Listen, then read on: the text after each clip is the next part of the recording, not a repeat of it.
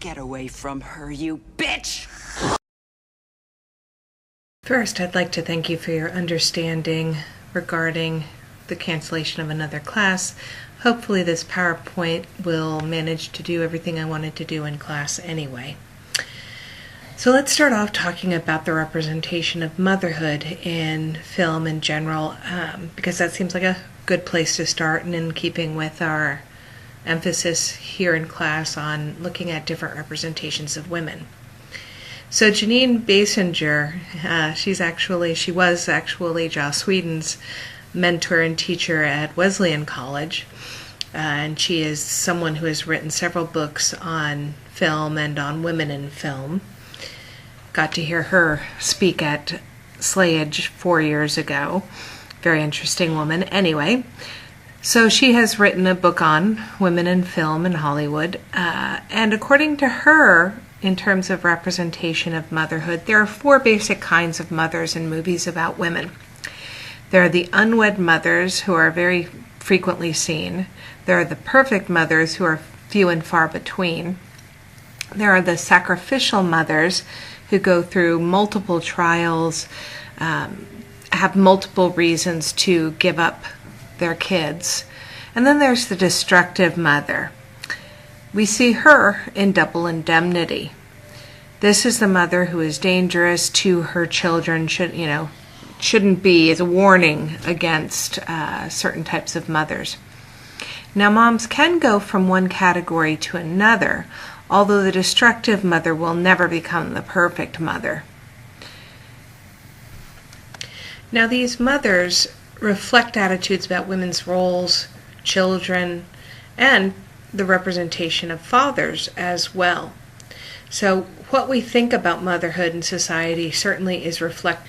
According to Janine Basinger, unwed motherhood is one depiction of women as mothers in film and television. According to her, there are 2 kinds of stories. The first one is cautionary, in which, for instance, the woman is a prostitute and as a result she loses her child. And the second kind is escapist, in which she receives fame and the respect of her peers, even though she is an unwed mother. These stories tell women that sex puts them at risk, that women will have to deal with the consequences of their sexuality, that they won't be able to count on the father of the child or on his family, and they may be overwhelmed by social and economic problems as a result of being an unwed mother. The child will also be put at risk. Sacrificed children will cause both suffering and punishment for mom. She'll feel guilty, for instance, and the woman who gives up her child also will experience momentary, fleeting freedom. Now, these depictions that Basinger is talking about is based upon the construction of women in films from 1930 to 1960. In other words, the heyday of Hollywood film, the so-called classical period of Hollywood film. And one question she asks about these depictions and their frequency in that 30-year period is, were women having more children out of wedlock than people realized? There are just so many stories that she wonders that. While they were cautionary tales about sex, they also were cathartic for women who had gone through unwed motherhood. Also, the fear of losing one's child could be relied upon for an emotional response from women. Often when women are pregnant or new mothers, they see commercials that can just make them cry at the drop of a hat, or can't watch films such as Schindler's List because of the killing of children in those films. So that emotional response does occur. Basinger also asks whether these images represent covert wish fulfillment. With the kids gone, these women could achieve wealth, independence, have sex without consequences, if they were no longer fertile. They could get clothes, and then later on, maybe they'll get the kids back. So in these depictions, often women, again, gave up their kids but there was often the possibility that they could get them back. Somehow they could earn them back. Somehow something would happen that would allow them to reclaim their children. Now, Basinger starts again in 1930, starts discussing images from the 1930s. And so she sees part of this as a response to World War I. While men went off to war, women were relied upon for elements of heroism. That women might have sex with men to make them happy before they went off to war. But this act doesn't go unpunished. In the 1930s, the main theme that she sees is that of watch me suffer. That the women who had, again, these unwed pregnancies had two choices, either love or liberty. And Torch Singer is one film that she discusses in this. She sees in these films a defiance, that the pain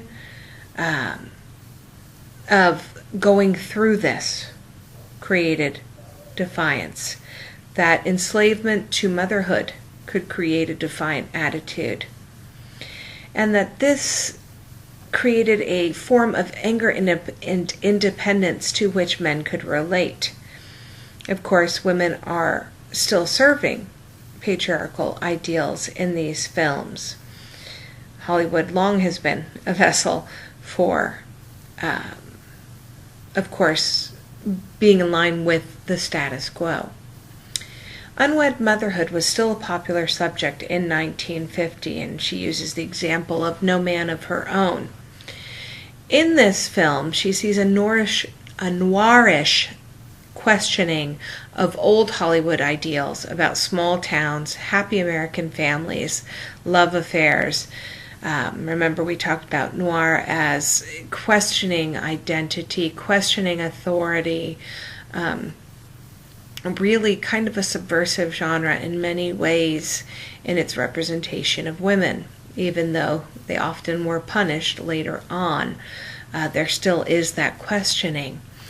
And Basinger sees that questioning as part of the often occurring critique of the American home in the post-war period in Hollywood film, and that would be post-World War II in this case. Basinger's conclusions about these films are that they ferociously dictate choice to women, for women. While they were sympathetic to the women involved, they also represented dire warnings for the outcome of unwed motherhood. They were meant to be cautionary tales, although they do show the limitations of marriage and motherhood for women. The popularity of these films suggests that they hit a nerve with women. They were reminders about what could happen, but they also represented momentary freedom for the mother who had her sex and enjoyed it too, I guess you could say. But for mothers who got pregnant out of wedlock, who had the child, who gave up the child, and in a lot of these films, she does get fame and fortune. They're not all tales of unremitting suffering. A lot of them involve being able to make it in Hollywood or as a corporate executive, for instance.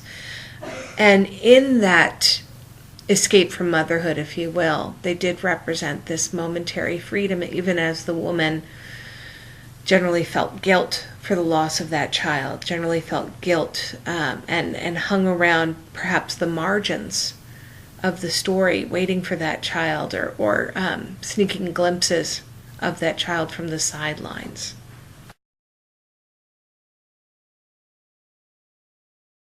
We've talked about Basinger's discussion of the unwed mom. Now there's also the perfect mom, and there are two types of perfect moms within that category. There are the dream moms, and then there are the competent, efficient mothers who don't need men. Movies about boys and escapist musicals, according to Basinger, have perfect moms. They're also a staple of television. Little girls, women, and grown men who are trying to marry don't have so much luck. And Basinger asked the question, is this image out there for men or for women to consume, this image of the perfect mother? Is it selling motherhood, or is it seeing motherhood as powerful, for instance, and not needing the man, this vision of independence, of can-do spirit, if you will. So rather than being a tragic thing, being something that shows women that they can be independent and they can do it on their own. Or was it simply selling motherhood? Was it simply giving this image of strong women who were able to do all these things and be these fantastic mothers, even though they had these troubles in their lives? But if it's selling this image of perfection, of the Wonder Woman, if you will. So in talking about these ideal mothers, these perfect mothers, Basinger argues that these women set the norm for measurement of women.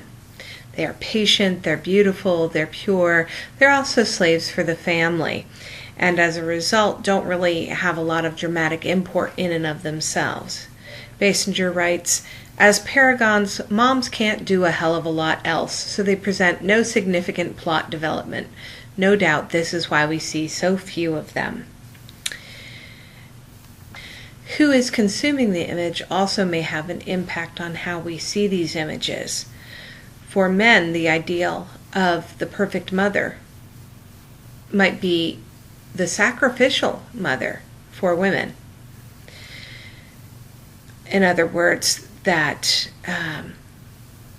for men consuming this image of womanhood, that might be the ideal for her, but women might see this woman as sacrificial, as not really empowered. The mother's perfection may also be related to the loss of their husband, a potential husband. It is possible, Basinger writes, for a woman to be really perfect when she has no competition, unquote. That in doing it all herself, she doesn't have any competition for who's the best mother with anyone else.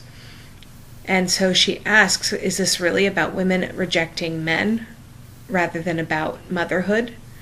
That men might interfere with the perfection of the mother? The perfect mother also can exist only when she is cut loose from sexual desire and has possession of the child. So you're not going to have the perfect mother who is still unwed. She might start off as the unwed mother and then become the perfect mother when she's able to provide a house and home for her child, and a good stable lifestyle.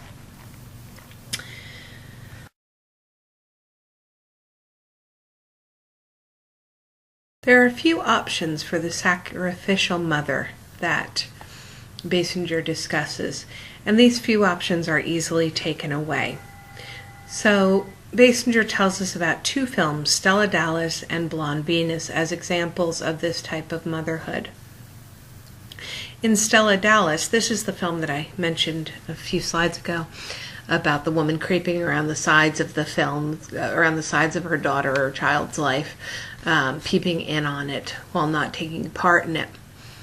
In Stella Dallas, the mother sacrifices her own happiness for that of her daughter, believing that she can't possibly give her daughter as much as the daughter's wealthy father can. And so, for instance, when the daughter is getting married, the mother is outside of the expensive place where the daughter is getting married, looking in through the window, shabbily dressed, and simply giving up, forfeiting her right to be there, so that her daughter can have a more material, safer, if you will, existence. In Blonde Venus, the protagonist gives up her child to her husband because she has to work to try and support her child. She even engages in prostitution for that. Without the child, she becomes a star. She becomes famous and eventually gets her husband and her child back. Since this is a story of a woman's power, Blonde Venus is really not about sacrificial motherhood, according to Basinger. The destructive mother, on the other hand, there is no sympathy for. She has become destructive due to lack in her own life. She's jealous, she's afraid, control freak, she desires status and reputation, she's selfish, and because of these lacks, she interferes in her children's love lives or in their careers, either trying to stop their love from another or to promote their careers. Commonly in these films, the destructive mother, drives her daughter towards a career. She uses her daughter to get what she wanted for herself. She's basically sort of the image of the stage mother, for instance, who is relentlessly driving her daughter onward. Kind of like Gypsy Rose.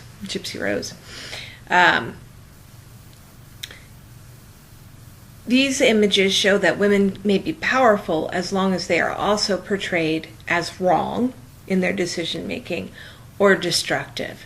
And so this powerful image of motherhood is allowed to exist as long as it's shown that it's wrong.